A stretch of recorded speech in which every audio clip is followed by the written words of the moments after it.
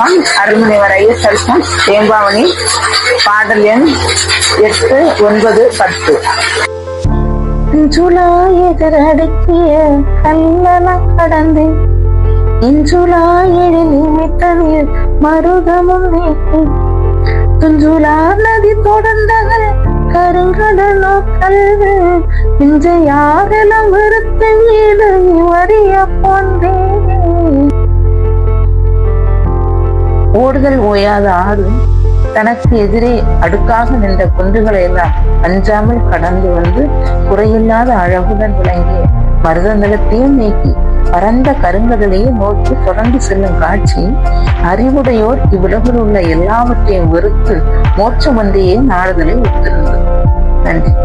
மலையின் நேரல் மலிய நூல் திணை அருந்திய பின் அலையின் நேருரல் அவனி தன் மகற்கெல்லாம் ஊட்டி முலையின் இருளி விஞ்சு பால் முடுகளில் கொடுத்த கலையின் இருளி கழிப்பொடு சிந்துவ போன்றே. மலையினின்று புறப்படும் வெள்ளம் 4 நிலங்களும் உறுதியாக அருந்திய பின்னர் கடலுக்குள் மேலும் மேலும் நேராக சென்று கொண்டிருக்கும் இக்காட்சி நிலமகள் தன் மக்களுக்கெல்லாம் ஊட்டிய பின்னர் தன் முலையினின்று பொங்கி சுரந்து மிஞ்சிய பால் உந்துதலால் தான் உடுத்த ஆடையின் மேல் எழுந்து சுரந்து களிப்போடு சிந்துவதை போன்று இருந்தது. நன்றி. வணக்கம். அருள்முனைவர் ஐயப்பன் தேம்பாவணி முதற் படலம் பாடல் எண் 10.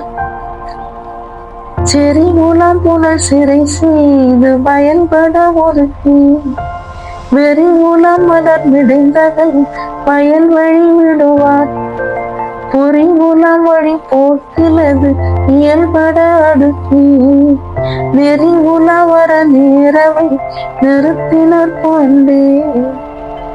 செறிந்து ஓடும் வெள்ளத்தை யூதேயா நாட்டு உழவர் அணை கட்டி தடுத்து பின்னால் பயன்படுமாறு சேர்த்து வைத்து மனம் பறக்கும் பூக்கள் சிரிந்து பறந்து கிடக்கும் வயல்களில் வாய்க்கால் வழியே தக்க நேரத்தில் பாய விடுவர். இச்செயல் ஐம்பொறிகள் அலைக்கும் வழிகளிலே மனம் செல்ல விடாமல் நல்லியல்போடு பொருந்துமாறு அவற்றை முதலில் அடக்கி பின் நன்னறியோடு பொருந்திய புண்ணியத்தின் கண் நேரே அவற்றை நிலைபெறச் செய்யும் அறவோர் செயலை ஒத்திருந்தது. நன்றி.